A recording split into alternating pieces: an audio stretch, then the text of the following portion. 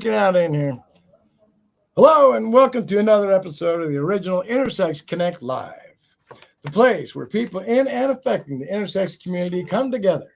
I'm your host, Justin Benedict. In today's episode, we'll be talking to Kimberly Zieselman, intersex author, media consultant, human rights activist, and former executive director of Interact. Kimberly will be talking about her book, XOXY, both her personal and professional life experiences related to being intersex, the surgery, the lies, the joys, and so much more. This is an interactive broadcast, so we will be able to respond to your comments and questions real time. Hey, everybody. Hopefully you can hear me. Everything's freaking out around me today, and hopefully that blinking's only what I can see because that's horrible. Anyway, I usually have a diatribe. My diatribe today is get out and vote. So today's in our episode today. Well, before that I do that, I need to bring Julie in, our beautiful co-host. Julie, come on in. Hi, Julie. I love that top on you. It looks great. Oh, well, thank you so much. We wanted to be intersex colors together, and so I'm glad that we made it happen. So I wore the yellow, and there you go. You wore the purple, and so we have tons of great news on today's show, don't we? So many things have happened this week. So many great things for the intersex community. Absolutely. So I mean, what a week, and what a. Can we start with your great news? Why don't you tell us great news that you found out yesterday? So I won my case against Alabama and case law, and we have now introduced intersex terminology and rhetoric into Alabama law. And so I am now able to get my birth certificate, which has been a 6-year fight, changed to female, which is how I wanted it changed, but more importantly, not having to fill out a trans agenda to do it, not having to fill out trans paperwork or even saying that I'm trans, because I'm not, I'm intersex. And by introducing the petition that the University of Central Florida helped write, and that my lawyer, Irene Pons, has been on board with, and then the ACLU of Alabama finally stepped in and got involved. So with all of the help that we have gotten and received, even in the last year, that is now a reality. I'm getting my new birth certificate, and just great news for changing the documentation for intersex people to be included moving forward is huge. And so it was a big win. Yeah. So if I can put this in a nutshell for everybody, basically you wanted to change your birth certificate in Alabama, and they were saying you need to come in, pull up your dress, and prove that you've had gender affirming surgery. Is that correct? Correct. Yeah. Correct. See that? And then even in filling out the paperwork to change it, they were saying you have to tell us that you're trans. You have to say that you are trans and that you've transitioned and that you have gone out and gotten a shiny new hoo-ha. And I was like, what? That's so wrong. It's none of their damn business, really. So I mean, a 6-year fight. And then just even when we went back and forth, even with the ACLU, I was like, I'm not going to say in my paperwork that I'm trans. I'm not trans. And so finally I sent it in about 2 months ago, and it said, I'm XXY, and this is what that means. And I included all of the intersex paperwork and a letter from my doctor. And we really sat on pins and needles waiting to see if they were even going to accept that. And when they did. That's me. So now this has been accepted in Florida and Alabama both. Is that correct? Yes. So I changed case law in Florida in 2018 when applying for my name. And then now case law in Alabama. So we're very excited. Well, congratulations. Thanks, Irene. She was on our YouTube protest show. And the people at the college, I'm sorry, I forgot what college. University of Central Florida. And so, and then somebody called me a pioneer the other day, and I was like, I don't think I am. I don't think I'm a pioneer. But so, well, hey, we got a ton of stuff to talk about today. So I'm going to bring in our guest, and I'm going to be doing a short introduction, but Our guest today, Kimberly Zieselman, is the author of this book. There we go. XOXY, a memoir. And there you go. Thank you, Bosch. And I've just recently read it because my good friend Tracy Brown bought it for me for my birthday. So thank you very much, Tracy. And before we bring in Kimberly, I would like to thank Metamorphosis Ceremonies for commenting and being here to watch our show. And we have to thank Ben Sound. We can't go into our show without thanking Ben Sound for our wonderful music at the beginning, which we love. Yes, bensound.com, people, BEN sound.com. We definitely got to get that in there because they helped us out a lot. All right, Kimberly, can you come join our party? Hello. Hi, Kimberly. How are you? I'm great. I almost feel like I should call you Mrs. Zieselman. Oh gosh, please don't. Of your new stature today, but I don't want to give away that secret yet. We're going to hold that for later. Hold on to that secret. You have amazing news for later in the show that we're going to save just to make sure everybody stays here. Oh, no. But so, Kimberly, I've been reading your book, and I have like one chapter left to go, I'll admit. It was so well written and so impactful that the emotions were palpable for me, because we've had so many similar situations. You got different results than I generally did, but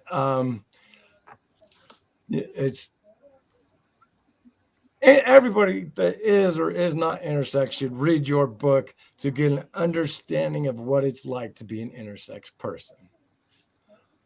So, wow. Kimberly, what I would like to ask you first is, can you tell us a little bit about your childhood? Actually, I got to ask you the first question we ask everybody: are you intersex? I sure am. And do you mind sharing your diagnosis with us? Sure. Well, my intersex trait is complete androgen insensitivity. And so that means that I was born, I have XY chromosomes, which, are typically thought of as male. I did not have any female reproductive internal organs. And instead, I had internal healthy testes. I looked phenotypically typical female when I was born, and so there was no evidence of my intersex traits until I hit puberty and didn't start menstruating, and that's when the doctors were called in and the tests were done. And all right, so let's take a little bit deeper dive in there if we can. I want to back up though, because when you were growing up as a child, no indications. You had a surgery at 6 years old for a hernia. And even then, there didn't seem to be any indications of your situation. Tell us a little bit, if you could, about your childhood up until the surgery in question. Sure. Well, my childhood, I was born in the 60s. My childhood was really in the 70s. It was kind of a middle-class neighborhood, kind of a regular, upbringing. Nothing specific stands out. Absolutely no indication that I was intersex.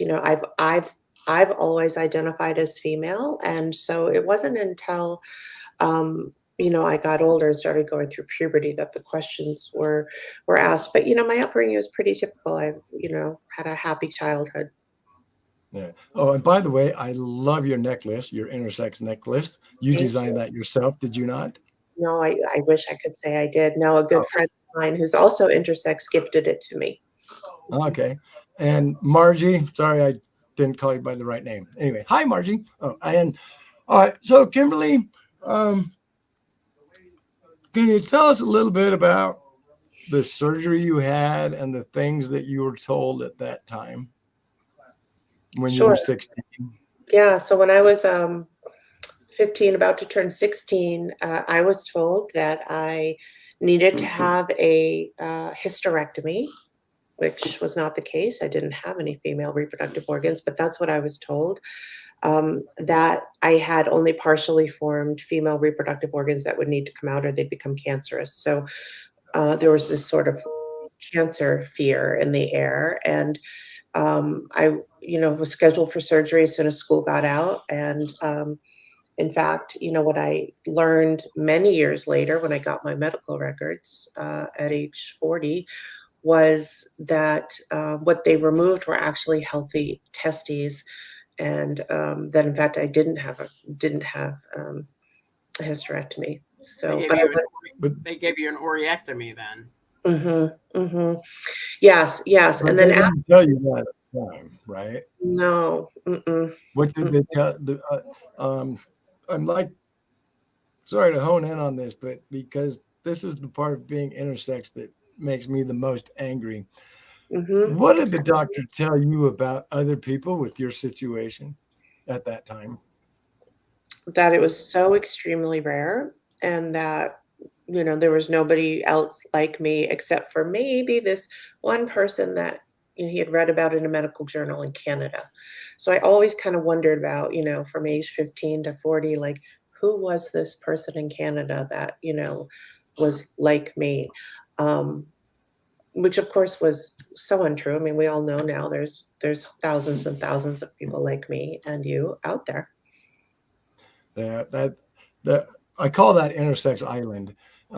When and you didn't even know you were intersex, so you didn't even know you were on Intersex Island. But when they tell you you're the only person like this, or there might be one other, and how depressing, I don't know for a better word, how upsetting that is to find out that you're like the only person in the world, and you start thinking crazy things about yourself. Exactly. And how did you get through that? I mean, it wasn't Intersex Island. At least I didn't know it was Intersex Island, but it was an island, I didn't know anyone else like me. I felt, this sort of shame about not being like the other girls, not having a period. I knew that I would never be able to have biological children. And those were kind of the things that, mattered, at the time to me. And so I just sort of, I did a lot of burying it, but of course, as you know, feelings and all of this shame and stigma and questioning rears its ugly head in weird ways. And it did so throughout, my young adulthood. And it really wasn't until I discovered the truth that I felt, after a bit of anger and, my life getting turned upside down for a minute, I felt a lot of relief and I've been so much happier since I knew the truth. One more step back to high school. I want to ask. That's okay. After they told you you'd had a hysterectomy and you'd never have children, did you become hyper feminine? Like you never left the house unless your makeup was on point and you always made sure you were gorgeous? Quit talking about me like I'm not here. No, I don't think that changed. The level of how feminine I felt or acted didn't change. I think I did go through a period, though, soon after I found out the truth, where I was, for a couple of years, I look back on it now, maybe subconsciously, worrying about my nails more or wearing dresses more, things that were subtle. But when I look back on it, I think I probably was struggling a little bit more than I realized. But what was literally a lifesaver was finding a connection, right, to other people who get it and who have stories just like mine or similar to mine, and meeting them online and eventually meeting them in person was the best therapy, the best healing, I could have done. The community is extremely important. So you had these surgeries and then you went on to college and everything was pretty much normal. You're attracted to boys and, it's what everybody would have expected, other than the fact that you are a very, what's the word? I can't think of the word, but you did extremely well in school because you worked so damn hard and you can't let anything be just a little bit off without noticing it. a little bit of a perfectionist, and I think, I've always had to really work hard for my grades. I'm not one of these, straight don't study the night before and get an A. I had to really work hard, and I think reflecting back again, 2020 hindsight, a lot of my drive is related to this need to kind of prove something. And I don't think I was ever really clear on what I was trying to prove. It was just to myself. The pressure wasn't coming from anywhere else. It was never coming from my parents or anywhere else. I struggle with that a little bit to this day. And I think that's something that other intersex people I've talked to can relate to. Yes. So it was kind of like, if I'm going to be a unique person, I'm going to be the best unique person there is. Would that be Maybe. accurate? Yeah. Yeah. Yeah. Okay. So then you were going to counseling. Did you start counseling while you were in college or after you got out of college? Oh, much, much later. Okay. I started in my mid 30s, which is also coincidentally around the same time that I became a parent. My husband and I adopted twin girls from China. And And by the way, your daughters are absolutely They're beautiful stunning. and an thank you. inspiration They to all of are. us. They are. They, Thank you. they I have feel fought really against the fortunate. odds. Yeah, I feel really fortunate to have been matched with them, and I believe it was meant to be, and I wouldn't want it any other way. So that kind of that concern in the early years about fertility and what that meant for me, it worked out great. It worked out the way it was meant to be, and I know it's a struggle for people in different ways, but for me, I feel like this is what was meant to be. Well, those So girls are very lucky to have you as their mother.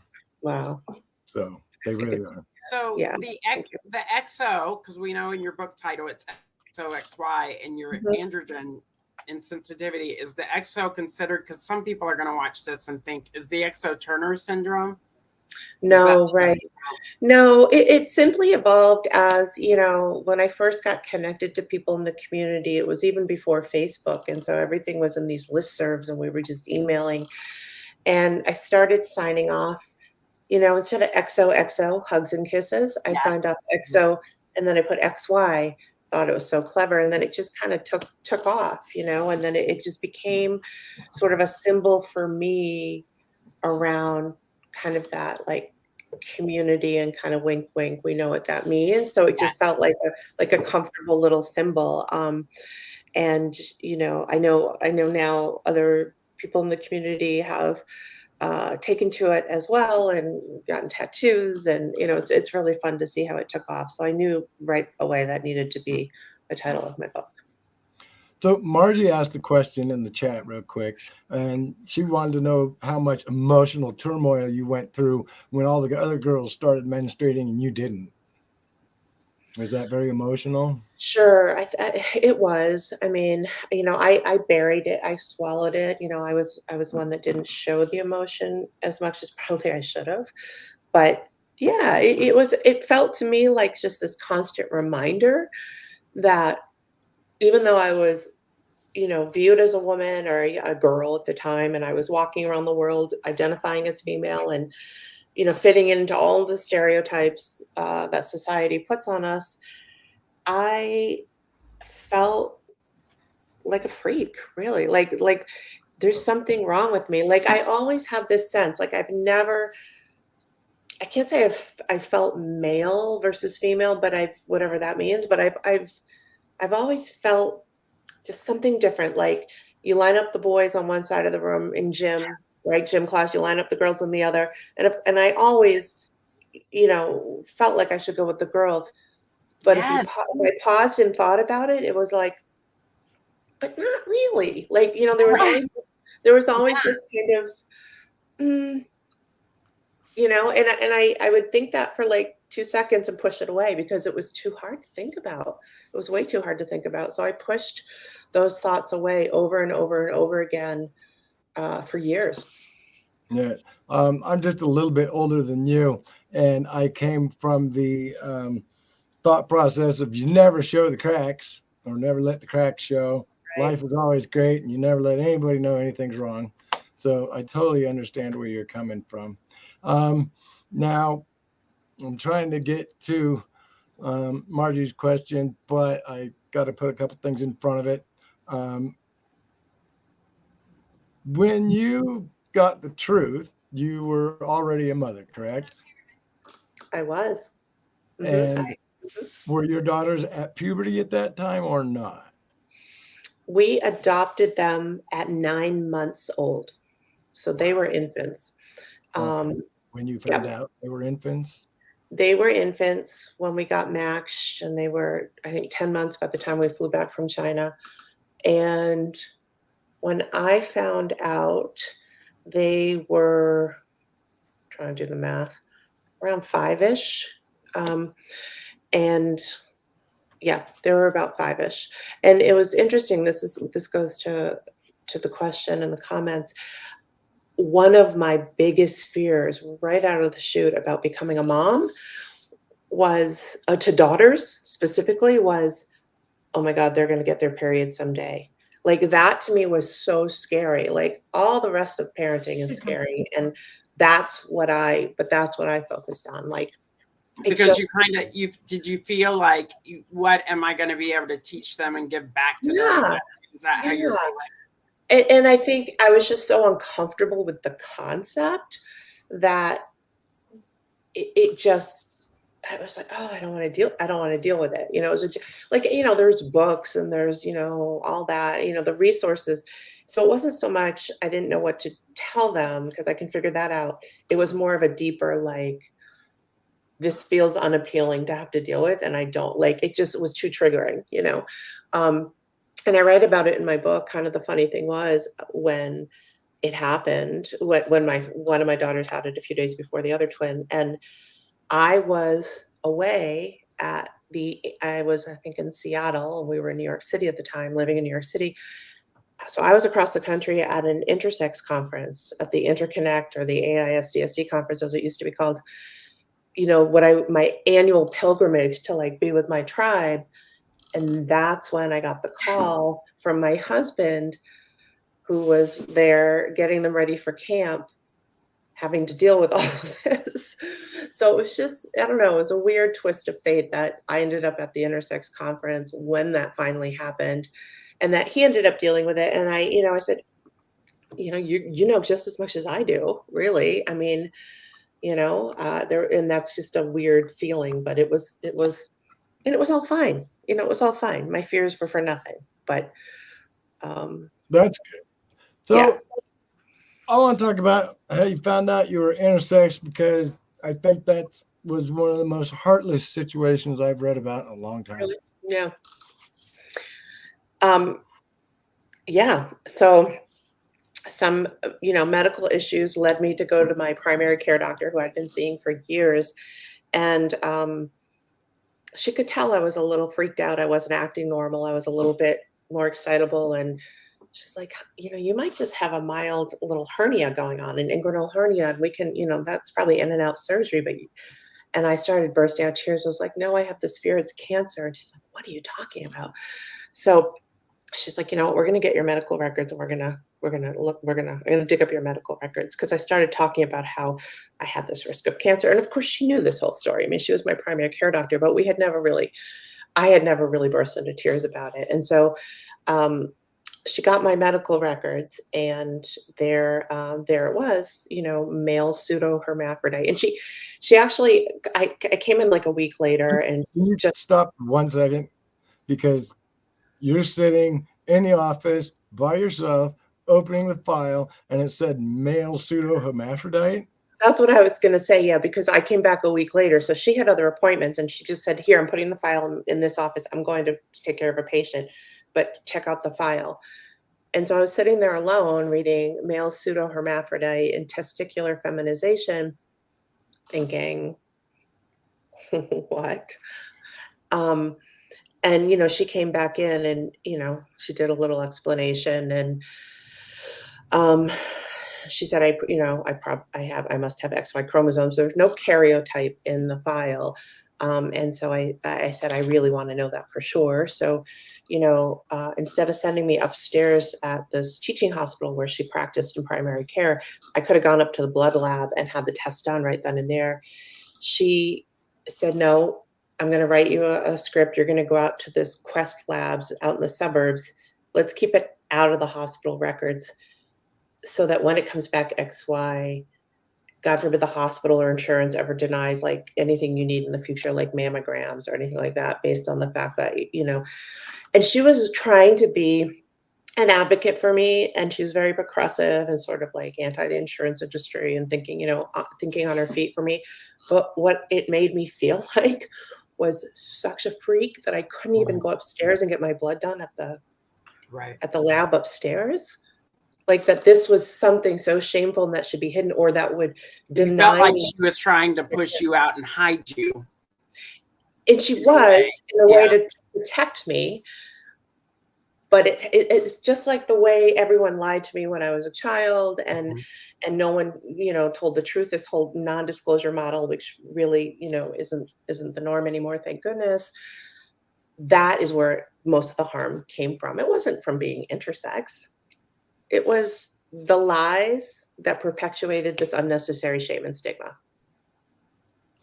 Yeah. So, I don't know if you're a religious person, so I'm not going to go that way. I'm going to go after the parent because my parents absolutely positively knew about my situation and lied to me up through their death, even though at one point I was so sick that they were telling my wife that I was going to die in 30 days or less, and they still never said a word.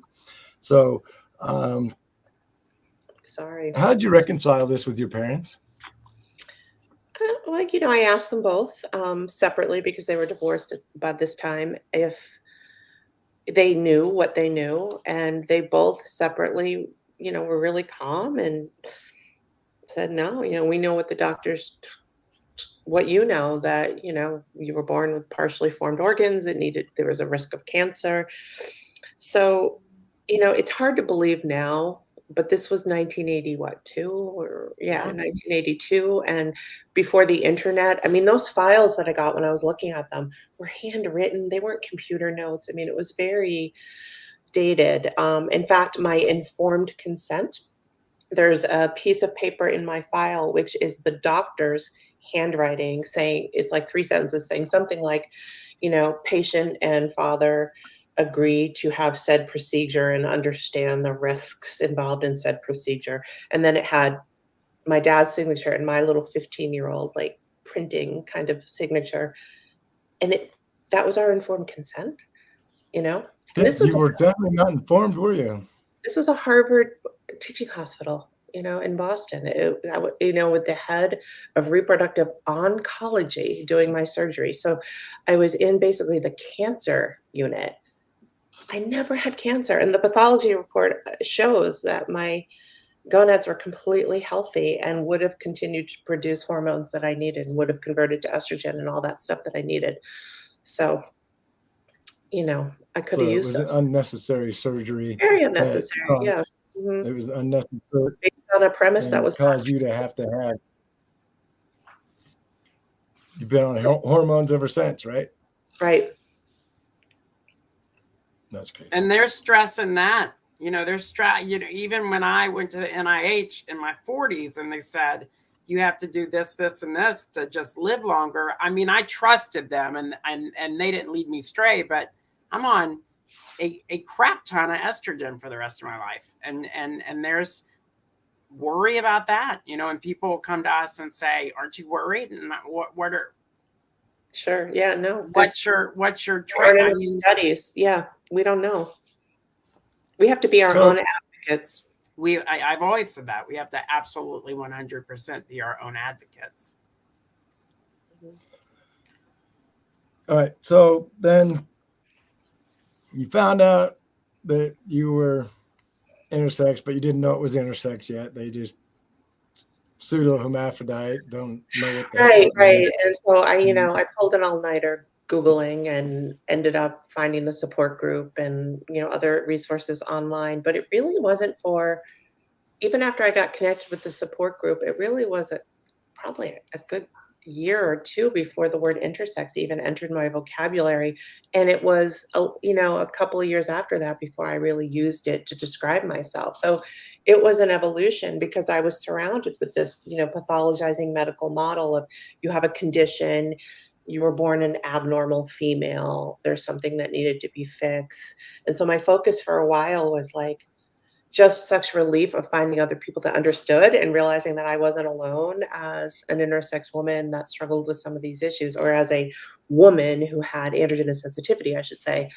And so after a couple of years of just feeling like getting connected and getting my feet on the ground emotionally, then the advocacy piece of it started to kick in for me. And it was like, yeah, no, I'm intersex and that label means something. And I want to, hold on to that, and let's see what we can do to change this for other kids, So if there's somebody watching that has AIS that's watching this show today, what is the name of the organization where you found your people? Well, it used to be called the AISDSD organization, but today you want to go to Interconnect. So it's interconnect, all one word, .org. Great organization. More like the orchids. Was that the group that you first got? It was. And when I first went to them 15 years ago or so, it was very much women, first of all, people who identified as women, almost all with AIS, a few with Swyer syndrome, and that was it. And so the organization has evolved and changed. And it would also include families. And so families who had children with AIS would start coming. And what happened over time is the organization started to see some of these kids that were growing up in the support group were suddenly not identifying as female anymore, or maybe had been misdiagnosed or had partial androgen insensitivity, where there's more of a spectrum around being receptive to androgens, and so started to want to present more masculine or non-binary. So the organization was sort of forced into, well, wow, we've got to be much broader than just being accepting to females with androgen insensitivity syndrome or people that identified as female.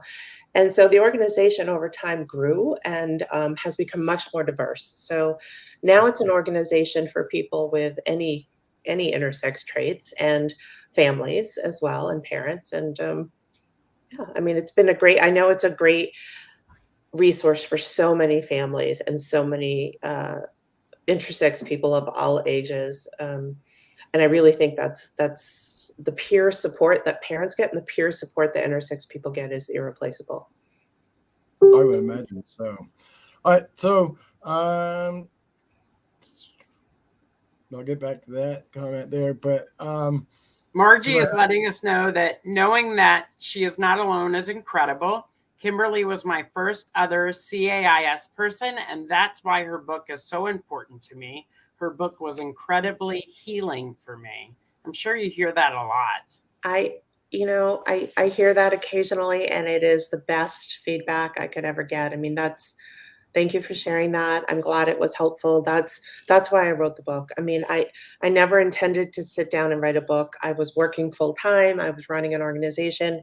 I was approached to consider doing it, and I finally decided to do it. And it just, the writing process was hard, but the outline, the concepts just sort of fell out of me. Like, it was very easy to put together an outline. And I thought, well, if I can be a light at the end of the tunnel for somebody else who's going through this. And also, I think importantly, my story, I think, is still one of the only non-traditionally queer, I use queer in quotes, but one of the non-LGBT, intersex and LGBT stories out there. So even though I'm, I kind of consider myself queer with a lowercase q and part of the umbrella community and very much an ally at a minimum, not everyone does. Of course, not everyone's comfortable with that for a variety of reasons. It doesn't mean they're homophobic or anything else. It just is not what connects for them.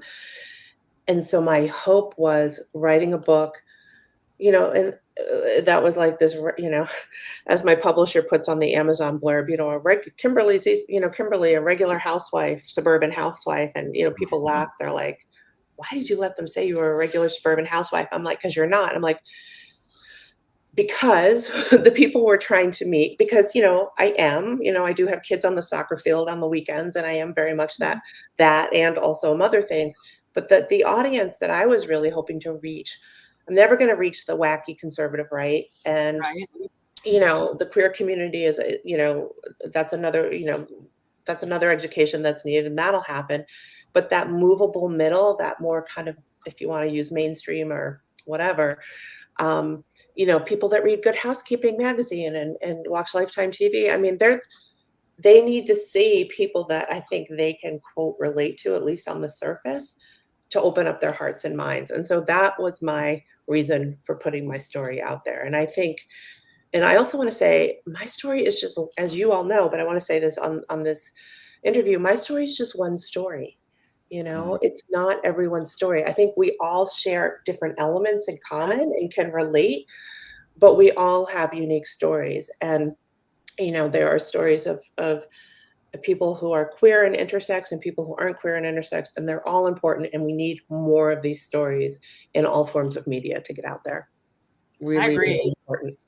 Absolutely. And you have such an impact in media. I mean, one of the reasons that I couldn't wait to get you on here, and just you learn about things individually in different times. And I had heard about your time at Faking It, and then I went, what? I was on Faking It. And so it was just, and then I remembered. Can I interrupt for a second before we jump into that? I've got Sure. one more difficult question, and then we can get into the good stuff, if that's okay.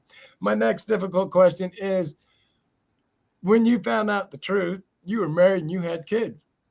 How the hell did you tell your family? How did you tell your husband, hey, guess what? I'm XY. And how did you do that? Just like that, over dinner, and it was no big deal. No, it took me a while. It took me a minute, a little time, not long. And I remember, and I talk about this in the book, where I remember, relaying the information. It's like, hey, my doctor gave me this, I saw this file, and this is what really happened to me. And his reaction was something to the effect of, well, we kind of knew that already. I mean, it hasn't really changed anything. You're still you. And that is the reaction I got from my parents, each of my parents. That's the reaction I got from some friends. And I think it was people's way of not wanting to look alarmed, being very well intentioned and making me feel like it wasn't a big deal. Like, we still love you.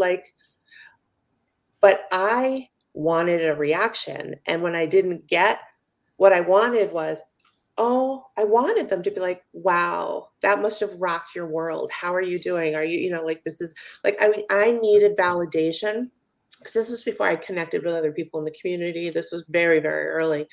And I needed validation that this was a big fucking deal, and everyone was trying to downplay it. And I understand that it was to make me feel better about myself and not freak out. But it was like I was shaking, shaking my husband, like, no, this is a big deal. Why don't you get it? And the poor guy couldn't win. I mean, there was not in that moment, no matter what he did. Ultimately, he ended up, and we still are married, and he ended up being wonderful and accepting and supportive. And, I'm sure he would say today that it's, I've become a better person for it. And, it's been enriching to our whole family in many ways. I mean, my girls, I told them soon after, as they were getting older, in their preteens, and, and it's great. I mean, they grew up knowing all sorts of people and families, and pretty early on, certainly by middle school, had friends that were trans. And it's, to them, it's just like, oh yeah, intersex a thing. And that's how my mom was, that's how my mom was born. And so it's just normalized in our family. I think that's the power of love, and it's certainly the power of education. And I think that,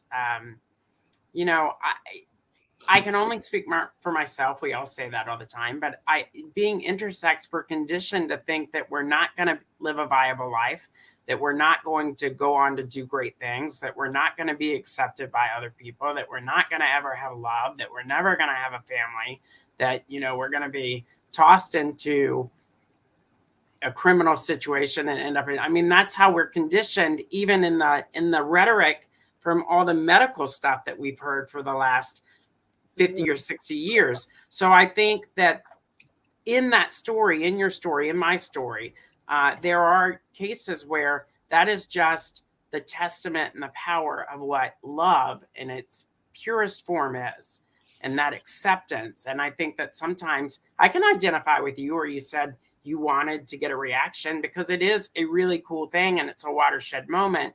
But then it's also testament in just the story you're telling about your daughters and your husband and your friends. That's what love is. And that's what education does, you know, and it brings us back down to this place of we are viable and we are every bit a part of this place, and we should be here. And Totally, you know, oh, go ahead. I was just going to say that when I was in that situation, I had a completely different experience, and I would like you to give your husband an extra hug tonight and tell him it's from me, because to have that support in your family is, I can't imagine.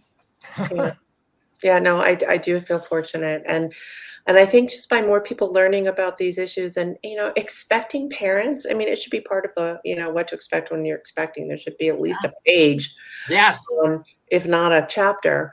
So it's not such a big deal. And I think we're going to get there. I think we're going to get there where it's going to be included in these books and in these. And you're right, it should be. I mean, I've been working on a book myself that I hemmed and hawed about writing it. Now that I'm writing it, it's very cathartic for me, and I'm able to really reprocess some of these situations that I just kind of ran at the speed of light through, right? Like, what? Nope, I'm out, you know, and then and I'm going back and I'm reprocessing, and I'm talking to my parents in the process, and people always ask, you know, are you mad at your parents? Did your parents pick your sex? And I'm like, no, my parents were completely in the dark as I was. Like, they literally, in the era, I'm from Alabama originally, and I talk about how everything that I found out growing up, my parents found out at exactly the same time. So now they're doing double the work to process it, to make sure that it doesn't affect me and my trajectory.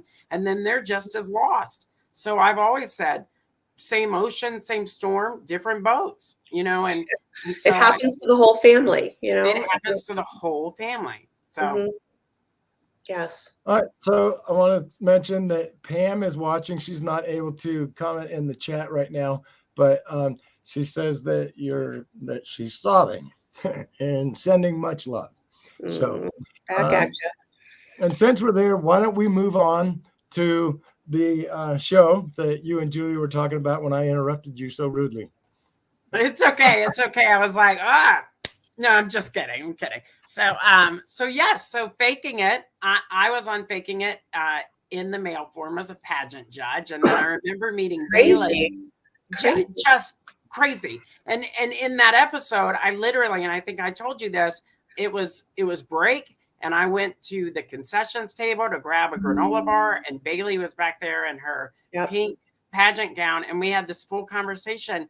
And then literally in just talking to you, getting ready for this show, I went, holy crap. Yeah. Like, put two and two together. Yeah. And never, you know, and we laugh. I laughed because I never in a million years did I realize that was the impact, and that I would meet that person, and that was kind of fate. And then we would be talking about it and having this full conversation, and that you were responsible for her involvement. And so I want to hear about that. And then we'll move into talking about your movie as well. So you really are kind of, with your book and your establishment within MTV and the different shows, and you really are making full circle with media, and that's what's needed. It became, you know, so I was at Interact, and the showrunner of Faking It, Carter Covington, he and I have remained, we are very good friends now. He reached out to GLAAD, as almost everyone does, and says, hey, you know, I want to add an intersex character. I don't know much about it. And they said, oh, you need to talk to Kimberly. We just did a training that she was involved in. And, you know, so they knew me. This goes back many years now.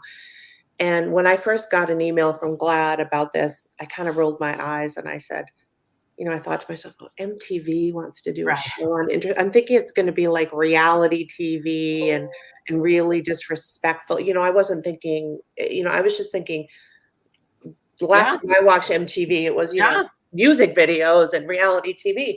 So then I got and then maybe you're feeling we're gonna be the butt of the joke. Well, exactly. I instantly got, you know, my walls went up and I said, all right, I'll have this call, but you know, this isn't gonna go anywhere.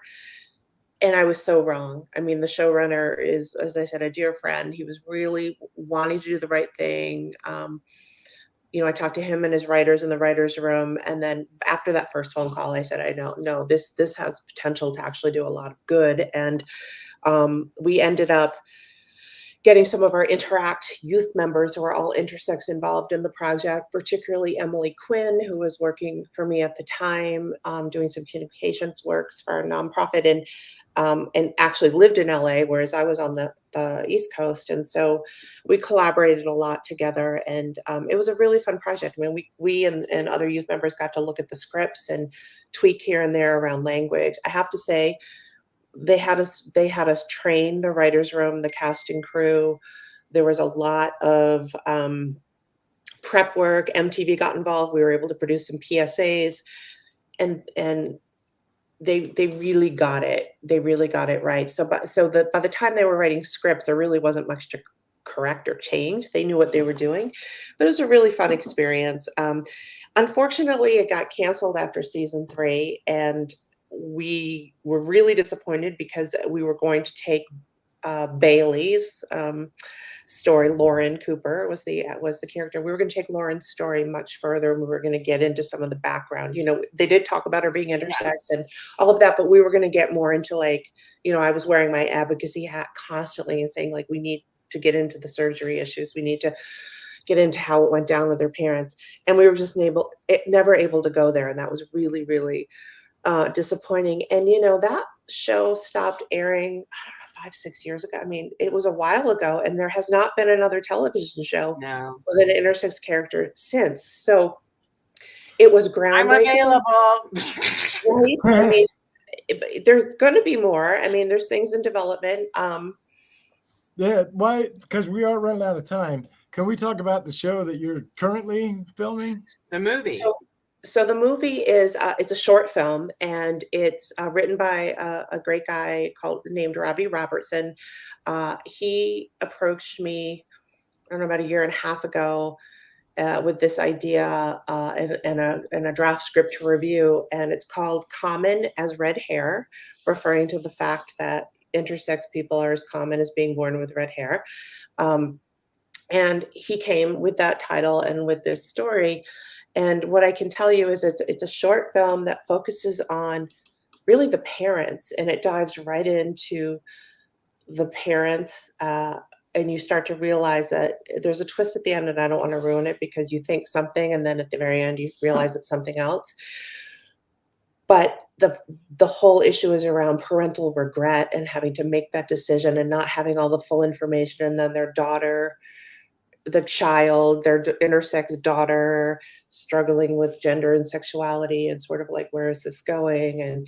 And it has a happy ending in that there's a lot of love in the family and there's acceptance and coming together. But you really feel the crux of the issue we were talking about earlier, which was the non-disclosure, the surgery done without their consent before they could even talk. And then, you know, the child, the intersex person, having regrets and struggling with that, and the fact that their parents made this decision for them. And I have to say, it was beautifully done. We just shot it last weekend, a couple days ago, in Columbia, South Carolina. It just happened to be where we filmed it, in this old, beautiful house. And we have one scene that's in a doctor's office, but otherwise it was all set in this house. And I'm just so excited for it to come out. The actors who volunteered to work on I mean, they're incredible cast and crew. Everyone was also really stoked about the issue and the story, and the fact that they were truly being pioneers and getting this story out there in film. I mean, there aren't that many. So so hopefully we'll be getting it to festivals next year, and we'll see what happens. But there's some documentaries in development, some that I'm involved in, some that I'm not. There is another TV show that I can't say much about that I'm involved in that I'm really excited may happen. So I think we're going to see more. I think that's awesome. I love to hear it. And anytime you get intersex representation on TV that's accurate and not scary, that's a wonderful thing. That's right. Because we are running out of time, and I did promise everybody that we had great news for the intersex community. We'll see if I can read this without crying, because Oh, I'm so excited. This is it like made I'm on my the West day. Wing. It's like the West Wing. Because Or Veep. you are kind of the focus of this whole little thing. But the State Department of the United States put out a message this morning, and I'm going to read that message to you. And it goes like this. On October 26th, we commemorate Intersex Awareness Day and honor the many contributions intersex voices have made in the global struggle for inclusion, equality, and dignity for all.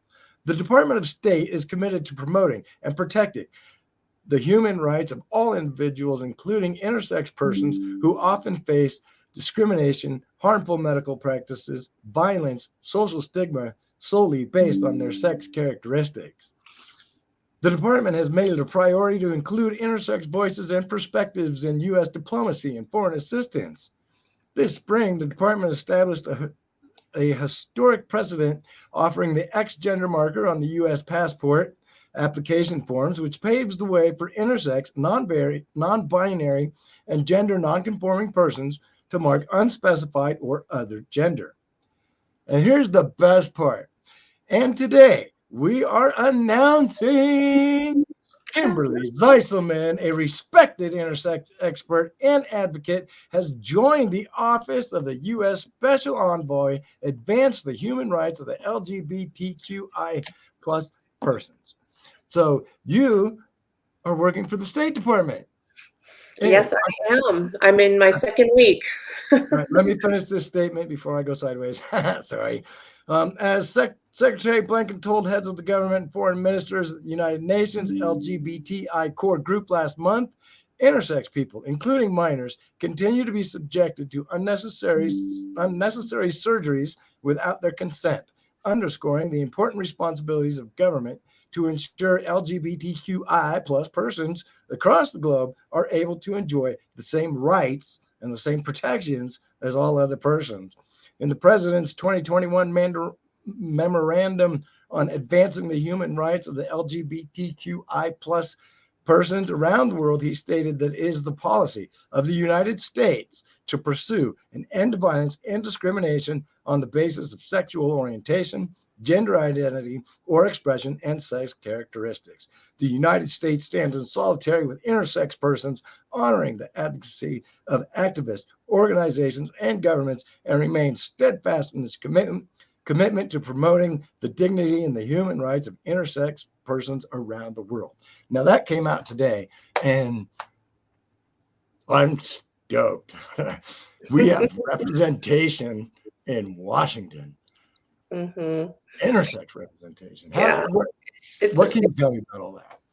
It's a historic milestone. I mean, I feel the responsibility and the privilege that goes along with this. We all know that there are other intersex people working in federal government. They're just not out. They're just not activists. I mean, statistically they're there. I hope that they're going to be able to feel more seen and more able to come out. I'm going to be contributing to giving a presentation in a few weeks to the whole Department of State. I mean, it's virtual, it's things that people can watch later or whatever, but it's a training. And, I think the more people like all of us are out talking about these issues like we are tonight on this, hopefully, and the more characters on TV and the more books that are out, the more empowered and safe our intersex community is going to feel to kind of join us in taking that risk and taking that step of putting yourself out there. It's not easy. And it's really kind of overwhelming and amazing to hear that statement read. It's the first time I've heard someone read it. I mean, I've read it, but to hear you read it and say it loud.